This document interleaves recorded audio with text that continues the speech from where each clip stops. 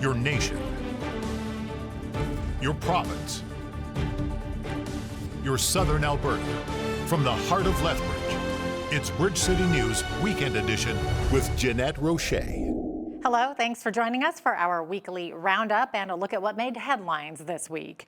Talks between Canada Post and the union representing its workers ground to a halt this week. The union, representing around 55,000 striking Canada Post employees, says the Crown Corporation is now using a scare tactic by temporarily laying off some of the workers during the walkout. The company told employees the collective agreements are no longer in effect and their conditions of employment have changed. They referred to the section of the Canada Labour Code that covers lockout notices. Canada Post issued a lockout notice earlier this month, but said it did not intend to lock out employees, instead saying the notice would allow the company to make changes to its operations to respond to the effects of a strike. In other news, the debate among federal parties over the GST holiday took place Thursday evening in the House of Commons, with the bill passing by a majority. That puts the bill one step closer to becoming law. Beginning mid-December through mid-February, it would bring some relief to shoppers who buy kids' clothes, toys, and video game consoles, and even Christmas trees. The tax holiday also affects restaurant and catered meals, wine, beer, candy, and snacks. The NDP only agreed to support the bill after the Liberals separated the GST break from a promise to also send $250 to most working Canadians in the spring because it wants that benefit expanded. Members of the Trudeau caucus also met with provincial premiers, where they discussed the threat by U.S. President-elect Donald Trump to impose 25% tariffs on Canadian goods. Finance Minister Chrystia Freeland says they agreed on the need to work in a united way to address the challenge. Ontario Premier Doug Ford released a statement accusing the Trudeau government of being, quote, flat-footed.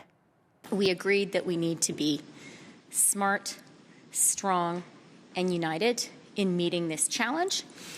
We spoke principally about the border and the Canada-U.S. trade relationship. I don't want to minimize for a moment the gravity of the challenge we now face. But I also think it is important for us as Canadians to have confidence in ourselves, to recognize the strengths our country has, to recognize that certainly we depend on the United States, but the United States also depends on us.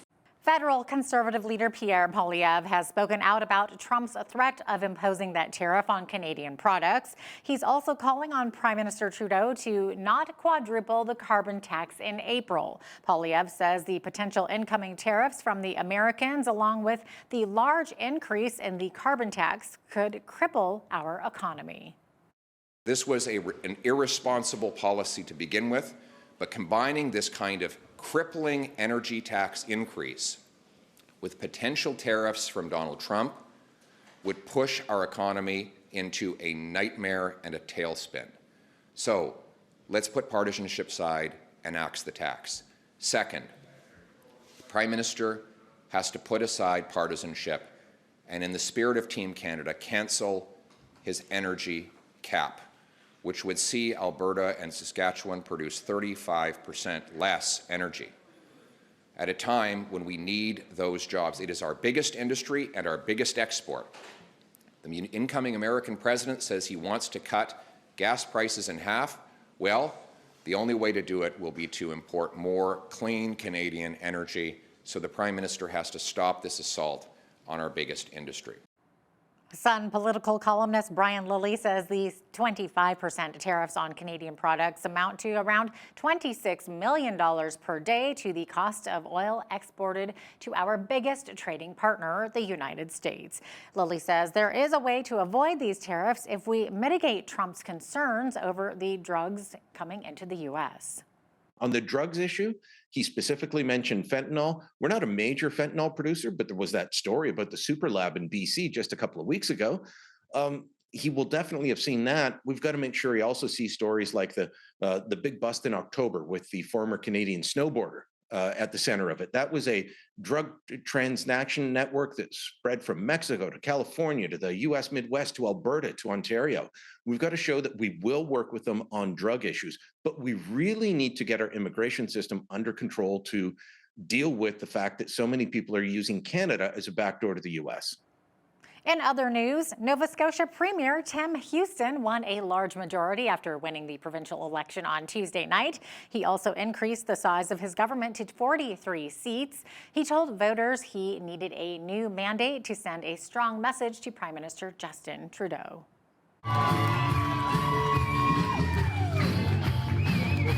Make it happen was never meant just to be about winning another mandate. Make it happen is about what we do with that mandate. And I want to tell you and your family that we will make a lot happen with this mandate, because that's what you have a right to expect. You and your family are counting on us to stand up for you, and we will. The message that Nova Scotians delivered loud and clear, and the message that I received: stick to one agenda. And we have one agenda, and that's you, Nova Scotians. That's where our focus will always be. My promise to you is I will give you every single thing I have. I am going to work hard to do more and go faster. And I will always, every single day, be proud to be Nova Scotian, just like you are. Montreal Mayor Valerie Plante says she is proud of the work of Montreal police in the wake of the recent pro-Palestinian and anti-NATO protests that turned violent. She says, quote, professional vandals are behind the hijacking of the event, but adds that non-violent protests are still part of a healthy democracy. We've all seen the videos of what happened on Friday. People just destroying. They were doing it with a big smile on their face, having no sense of respect for property. The right to protest is within our society. It is protected, fine, but not to have such hatred speeches or to break things just for the sake of it. That's why we call them like professional vandals, right? That's one way of, for some people to get, I don't even know if it's getting their voice heard. I think it's just using a cause to break things. And again, I want to say, even to put people's security at risk. And to me, this is not what, protesting is protected, is a sign of a great democracy, and it's protected by law, and it's a good thing. But those people, those vandals, to me, are just like thinking of them. They're not thinking of the entire cause and the effect it will have on other people's as well. In related news, Prime Minister Justin Trudeau condemned the violence at the high-level summit during his address at the 70th annual session of the NATO Parliamentary Assembly in Montreal on Monday. He also says Canada must continue to support Ukraine in its war with Russia. If Russia succeeds in gaining an inch of territory in Ukraine because of their illegal invasion, countries around the world will look at their historical grievances around a border, will look at the fact that perhaps they have a slightly larger military than their neighbor, and wonder if it isn't time now to redraw lines on a map. Alberta government officials are fighting back once again on the Trudeau government's imposed cap on oil and gas production. They say if implemented, it would cut production by at least 1 million barrels a day of oil and gas in Alberta and could kill over 100,000 jobs. In response, the province will introduce the Alberta Sovereignty within a United Canada Act to stop a federal cap and protect thousands of good-paying jobs. We're fighting back with every weapon in our arsenal. The Alberta Sovereignty within the United Canada Act was designed to protect our province from unconstitutional interference, and now we're going to use it again. The motion we're putting forward in the legislature uses the Act to ask the Legislative Assembly for approval to shield Alberta if the production cap becomes law. These actions could include an immediate constitutional challenge in the courts, a ban on provincial bodies enforcing the cap, labeling oil and gas production facilities as essential infrastructure subject to the Alberta Critical Infrastructure Defence Act, prohibiting the entry of all individuals into these facilities except those licensed to enter by the Alberta government, and declaring all information related to greenhouse gases at these facilities to be owned by Alberta's government, with data reported or disclosed at our discretion. Federal Environment Minister Stephen Guilbeault says Alberta Premier Danielle Smith is being, quote, highly irresponsible. He says Smith's pledge to make greenhouse gas emissions data the property of the province could lead to oil and gas companies breaking federal laws if they stop reporting information. Smith's plan is one of a number of steps she says the UCP will take to challenge Ottawa's proposed emissions cap if it came into effect. Representatives with the oil and gas sector say while they applaud Smith sticking up for them, they were not consulted before Premier Smith announced her plans. Our legislative reporter Tyler Dawson says Premier Smith and her party are taking a very strong line in protecting the oil sands in Fort McMurray under the Alberta Sovereignty Act, which many would argue is a strong economic driver for the province and country. Dawson explains how it would work. With BCN's Hal Roberts, they also discuss the latest by-election in the province. One of the things with the Sovereignty Act when it was first introduced, when it was invoked last year around this time on the clean electricity regulations, was really the question of what it would do, what it could do. Of course, Alberta cannot opt out of federal laws, for example. So the realities of the Sovereignty Act's applicability has sort of been, I think, narrowed a little bit from when it was first proposed. But what we saw on Tuesday was probably one of the more robust responses that could have been imagined under the Sovereignty Act. And it was quite interesting because one of them refers to the Critical Infrastructure Defence Act, which people may remember from back in, I think it was 2020 or 2021, when there were a lot of rail blockade protests. It was also used during the COVID era to disperse protests around hospitals, things like that. So oil and gas facilities are going to get protection under that. There will also be a restriction on any federal officials entering any oil and gas facility without prior provincial approval.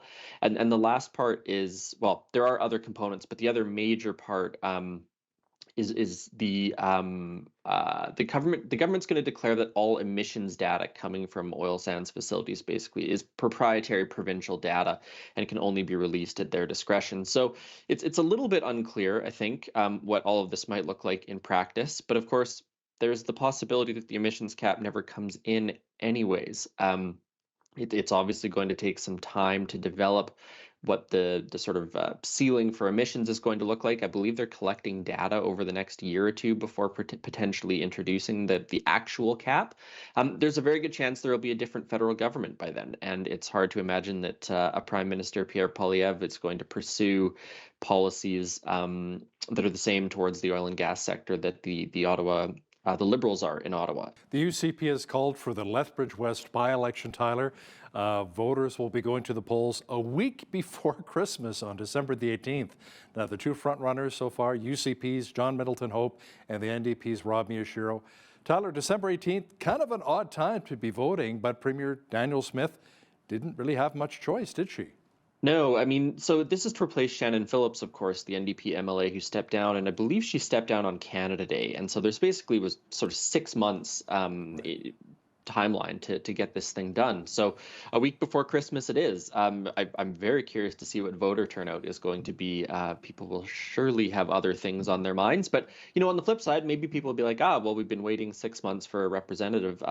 Maybe I better get out and vote. So that part of it is going to be interesting. I mean, turnout is not usually humongous for by-elections anyways. And part of the reason it was delayed is because Naheed Nenshi, the NDP leader, doesn't have a seat in the legislature yet. And Smith had said, look, I'd rather run 2 by-elections at the same time to sort of save on costs instead of running 2 separate ones at different times. he's not shown any particular inclination. He doesn't seem to be in a hurry, at any rate, to get into the legislature. So that's sort of, I think, why it ended up waiting as long as it did. Now, the other thing, of course, which I think we've talked about before, is that this is really going to be the first electoral test of Nenshi's NDP. He became leader back in the late spring, early summer. There hasn't been a by-election since then. There hasn't been any real test of his party. So it'll be quite interesting to see how they perform, if they can hold on to this NDP seat that it has been since, I think, 2015. And of course, this will be a little bit of a referendum in some way on the performance of Danielle Smith's government, whether or not people like the track that her folks are on right now. So an odd time, possibly not massive voter turnout, but I think we'll be able to draw a few conclusions from this regardless of what ends up happening. Alberta's official opposition is speaking out against the United Conservative Party members giving themselves a $270 increase to the MLA accommodations allowance. That raises it 14% from $1,930 a month to just over $2,200. NDP MLA Christina Gray says with so many Albertans struggling financially right now, it was poor timing for the UCP to give themselves a raise. Right now, Alberta has the highest inflation in the country. Albertans have the highest utility bills in the country. And Albertans have the highest auto insurance in the country, which Smith has just announced will go even higher over the next 2 years. Alberta currently has the highest unemployment west of the Maritimes, and yet Alberta has the lowest minimum wage in Canada, something the UCP have not changed or raised in any way in over 5 years. So today's decision by the UCP members of the Member Services Committee to give themselves a 14% increase in MLA accommodation allowance is completely unacceptable and very out of touch. Well, the folks over at the Weather Network say Canada is in for a colder and more traditional winter than last year.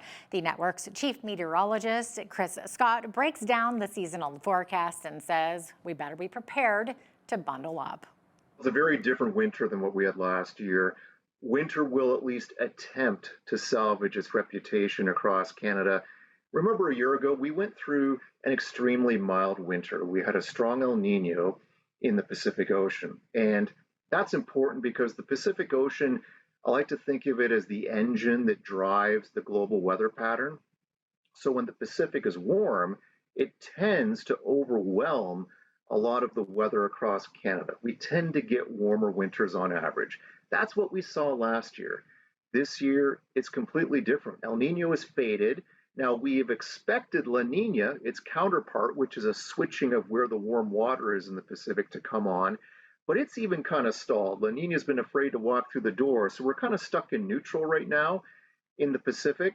And so that's one of the things we look at. But we're also looking at other weather patterns and indices around the world.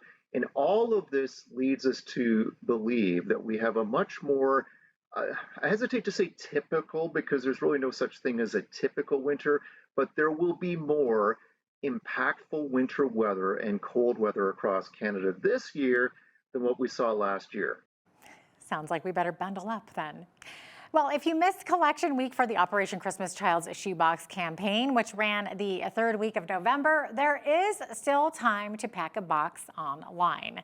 Thousands of these boxes are being collected and sent to children in need around the world, including Ukraine, Central America, Africa, and the Philippines. Many of these boxes are filled with personal hygiene items, school supplies, and toys. Frank King is the News Media Relations Manager for Samaritan's Purse Canada, and he explains the online system. We try to make the Pack-a-Box online experience as similar to the physical traditional shoebox packing as possible. So you go to packabox.ca and then you select your gender, your age range. You're presented with a basic basket of items. You can add on to those items if you want. And then for each shoebox you pack, you can also upload a note and a photo. And then in the new year, when we get hundreds of volunteers at our Calgary Processing Center to physically pack those online boxes, we will download those notes and photos and put them in the appropriate shoe boxes. It is National Domestic Violence Awareness Month. During November, the International Day for the Elimination of Violence Against Women is also being recognized. To help eliminate violence against women, the YWCA, Lethbridge, and District joined in 16 days of activism against gender-based violence. The campaign, led by the United Nations, is called Unite. Lorianne Johansson, who is with the Y's marketing and communications team, discusses what they are doing to help our community. Part of the things that happened in November is the beginning of the 16 days of activism, which began yesterday, and that culminates on the 10th of December. And there are a few organizations throughout Lethbridge that are hosting ceremonies and events and informational booths and educational sessions. The Polytechnic and the university both are having us in to different tabling events and ceremonies throughout these 16 days. In 2022, the YWCA's crisis line, which operates 24/7, 365, answered over 2,300 crisis calls. Numbers for 23 and 24 are not going any lower. Very important for the community at large to continue the work and the awareness. Statistics and studies show that approximately 2 out of every 5 women has been affected by domestic violence. Approximately 80% of family or domestic violence incidents don't get reported. As the YWCA, we will be here to continue to support those in our community that need our services. And in turn, we welcome and are grateful for every ounce of community support that we receive in order to continue our work. According to the United Nations, last year, over 51,000 women were killed by the hands of their partners or family members. That means 1 woman was killed every 10 minutes. Wow. Well, Canada's largest Indigenous reservation located in southern Alberta has a newly elected chief and council. The Blood Tribes general election wrapped up Wednesday. 10 people were in the running to become chief, while 59 were in the running for council. Traveler Plaited Hair is the projected winner, securing just over 22% of the 3,446 votes, the highest percentage out of the candidates. 12 people will be joining council on top of 4 incumbents. Electors cast their ballots in Lethbridge, Standoff, Moses Lake, and Calgary. Up next, tent encampments are increasing. Plus, with the colder weather comes slower driving conditions. But do people still know how to zipper merge? Well, we show you how it's done right after the break.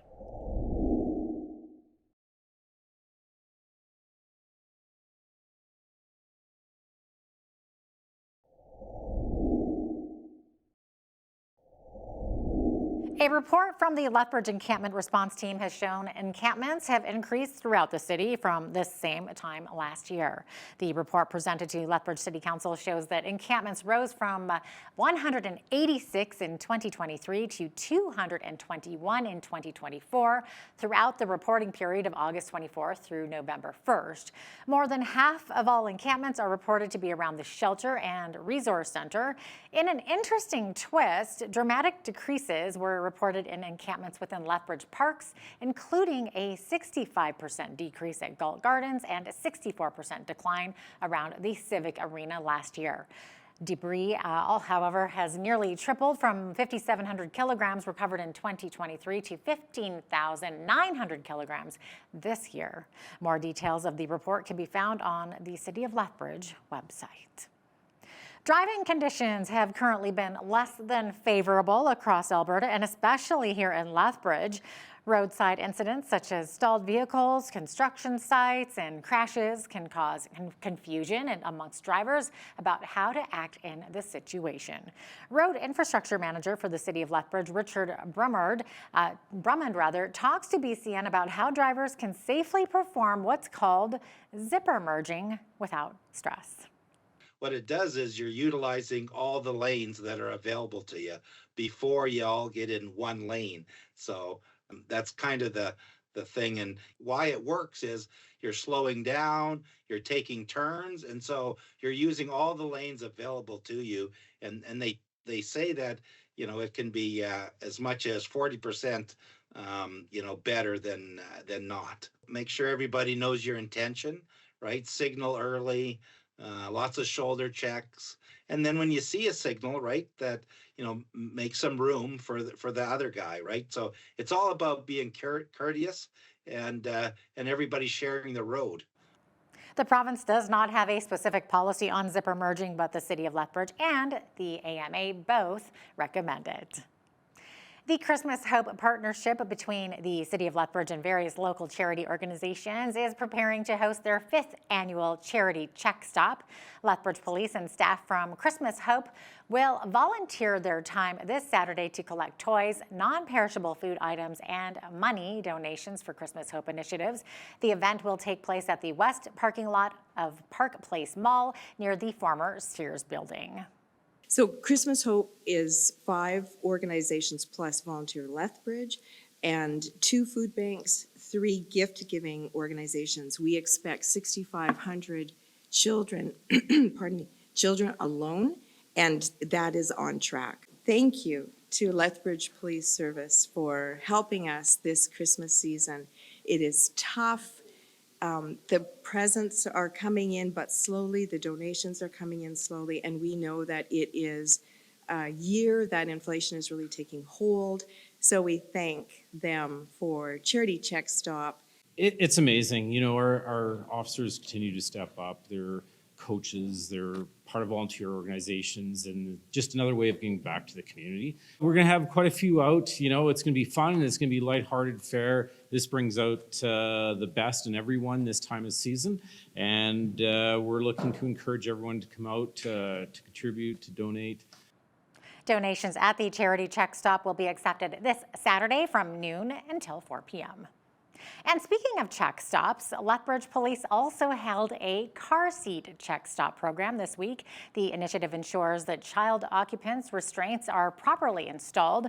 Questions are answered and installation advice was given. The sergeant in charge of the traffic response unit with LPS, Danielle Lomness, says this is the 2nd check stop this year and explains its importance. We opened up to the public and put it out to the public where they can come to a specific location. And Toys R Us has been graciously, a great partner with us in this. Last year, it ranged from 20 to 30 people. Based on the weather and the time, we're hoping to beat those numbers. Today, they checked our vehicle to make sure that the car seat was proper for my daughter, and everything looked good. There's a couple of things that I just had to adjust, but it's kind of nice, especially it's winter and everybody's slipping and sliding. So just to have that extra security. Her safety is important, and so that she's the most precious thing that I have in my life, and so I want to make sure that she's safe while I'm driving this winter, and so it's a good checkup to have. A little cutie. Lethbridge police say that children are safest and should remain in the back seat until they are at least 13 years old. The demand for hydrogen in the world is growing, but it turns out Alberta is a global leader in hydrogen production. So what could this mean for the economy? Well, that's next. And if you're watching us online, that full interview is available on our YouTube channel.